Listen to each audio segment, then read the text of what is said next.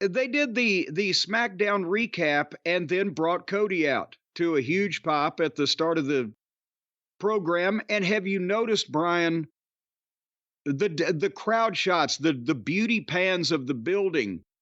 Well, we've talked to the new camera angles. They've got, obviously, with the new, I don't know what his title is, whoever replaced Kevin Dunn, whatever their title is. From ESPN. Yes. And the new television people, I'm sure he's brought in, whether is there a new director in the truck? We don't know. Is there new camera people, or are they being told to shoot things in a different way? Whatever the director's on top of shit, the ways of shooting, the new camera angles, the lighting, the show is looking amazing, and the signs are coming back in the crowd. And usually it's everybody looking at their fucking phone, right? But now people are actually wanting to get involved. Oh, look at my sign. The better production, and the new production is better than what it's been. For everyone that raves about WWE production, the actual television shows were problematic. A lot of those things that were wrong are gone. And they're introducing a lot of new elements. You're not getting the fast cuts when action's happening. Like, when I say fast cuts, 10 camera switches in 5 seconds. Yeah. So you don't actually see any action. Or the zoom in and out, the disoriented.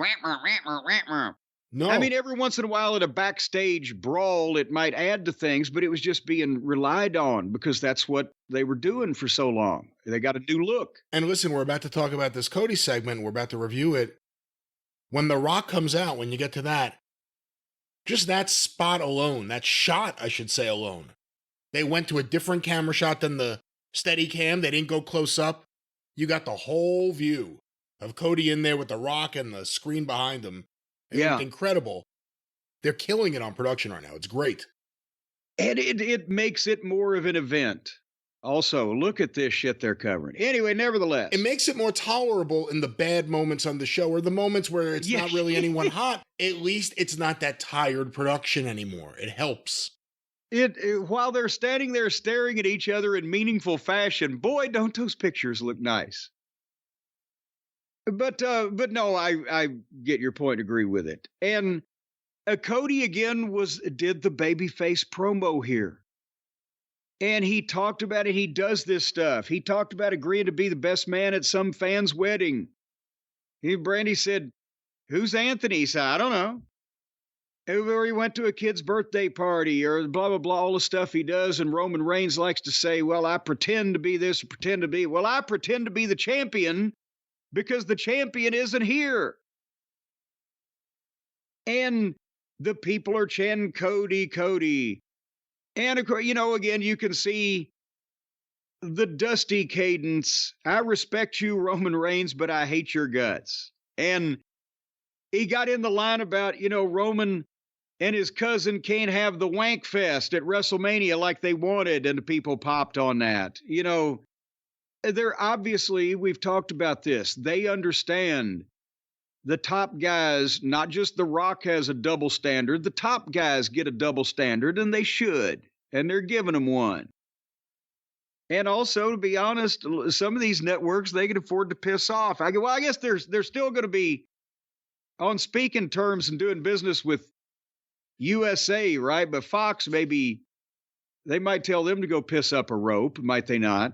You have to wonder if the tone of this show and a lot of the elements on this show is kind of a nod to the future on Netflix and what the show's going to be like. Well, and Punk mentioned it later on when we get to him. But anyway, it was a babyface promo, and it ended up with, so will you, I can't do it alone. You guys have come with me this far. Will you ride with me? Will you fight with me? I want all of you to be involved. I mean, it was like the Reverend Ernest Angley, lay your hands on the radio. And he said, well, all of you stand up and point at the WrestleMania sign with me. It is a classic fucking shit. And they're fucking pointing at the sign.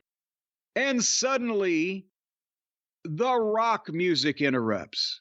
And he has not been advertised. This is a surprise. And the people go batshit. And they're that you were talking about. There's the shot, and he's coming down like the You know, the fucking bad guy in a cowboy movie down the streets of fucking Dodge City, trying not to step in cow shit. And Rock gets in the ring and they bring the music down.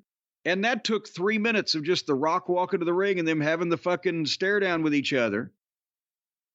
And then once the music comes down, they stare at each other with the game faces and various inflections and glances and etc. with the fans chanting everything from, you know, Rocky to Cody to this is awesome, whatever.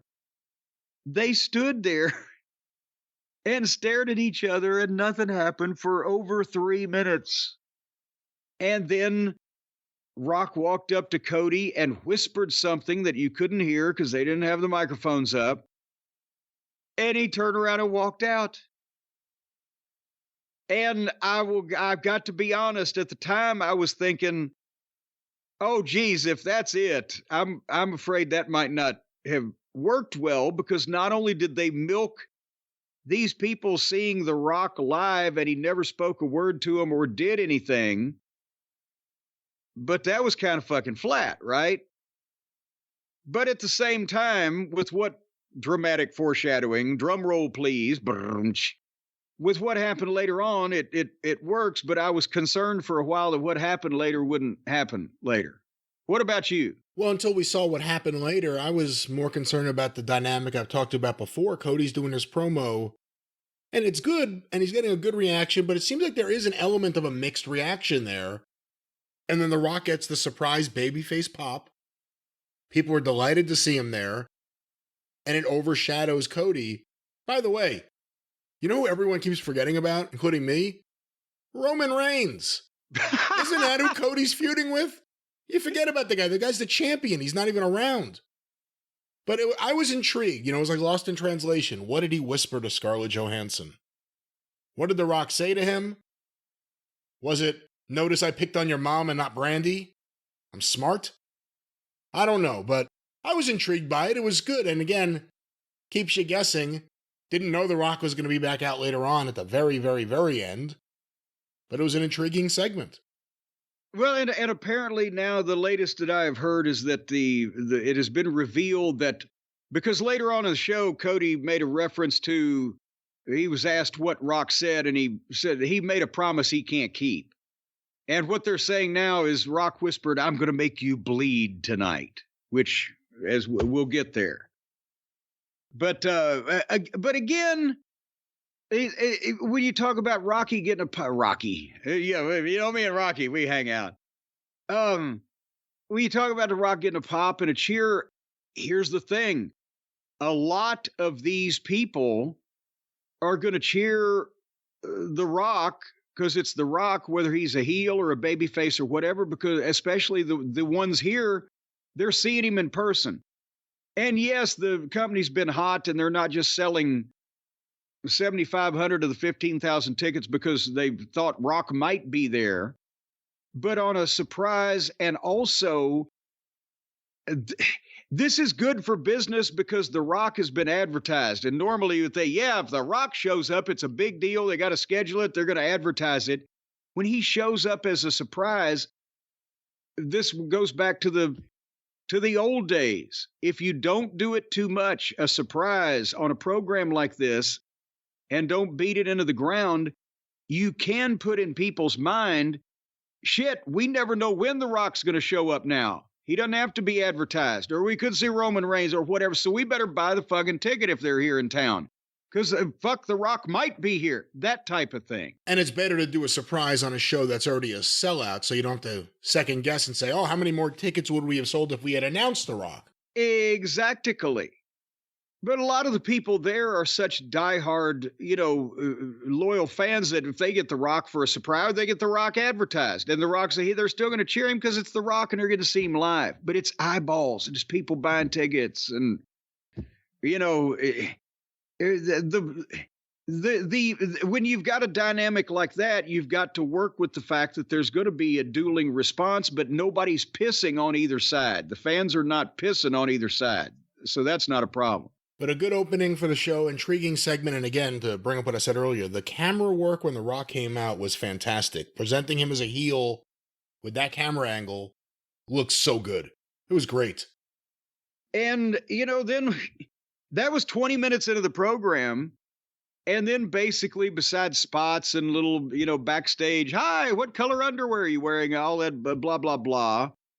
What we got for the next 40 minutes was the Judgment Day playing darts in their clubhouse and spilling their plans to rule the world in front of everybody in a conversational fashion.